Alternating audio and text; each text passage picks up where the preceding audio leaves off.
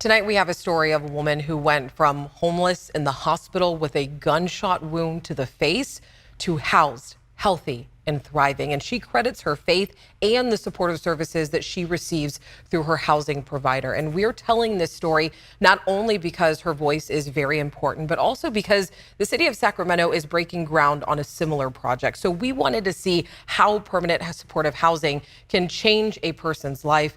And Becca Habegger brings us the story of one woman's journey.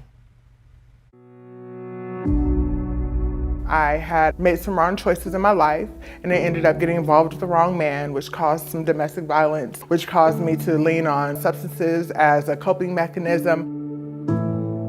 Addiction is a vicious cycle. Abuse is a vicious cycle, and it all stems from individuals not facing the traumas that they have dealt with in their childhood and in life. One trauma Ashley Clark faced happened after a relapse in 2014. I ended up actually going back out into the streets, which is where he found me, and I ended up getting shot. I was shot in the face. Yes, and I ended up going to the trauma unit. I ended up having to stay there for about 2 weeks. It was there, she says, Well Space Health connected her with shelter. She ended up getting me a bed at Salvation Army, the women's portion. That is where I learned how to have to talk again. I didn't want to talk. I had to get my whole mouth rewired. I only have a scar left from where I was shot at, and then a few other scars over my body. But God is good. I learned about how to serve there, how to talk again. I ended up going to Bible studies, which encouraged me to actually talk and want to be seen by people.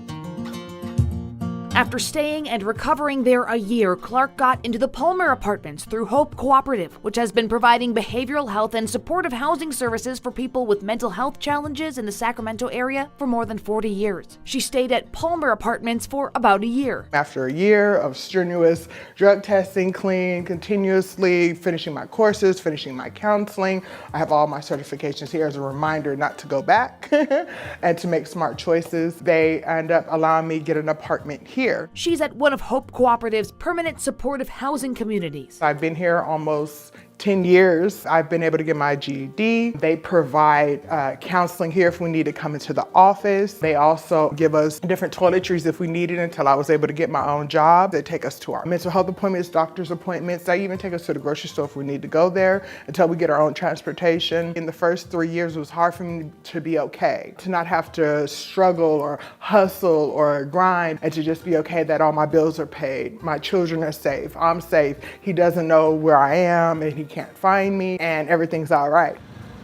Soon, more people will have access to this kind of help. This week, Hope Cooperative, in partnership with Accelerate Housing Group and the city of Sacramento, broke ground on a new permanent supportive housing development in North Sacramento. It's called North Viewpoint, and it's located off Northgate Boulevard near Garden Highway. Set to open summer of 2024, North Point will eventually be able to house about 100 people. It will include wraparound services to support people as they transition out of homelessness, something that meant a changed life for Ashley Clark. As of the last 2 years, I became a drug and alcohol counselor myself. Through Intercoast College, I went and got certified. I love the Lord. He has redeemed me. My children are healthy and well. I just thank you, Hope Cooperative, for all that you do. And I thank you, Becca, for just this opportunity.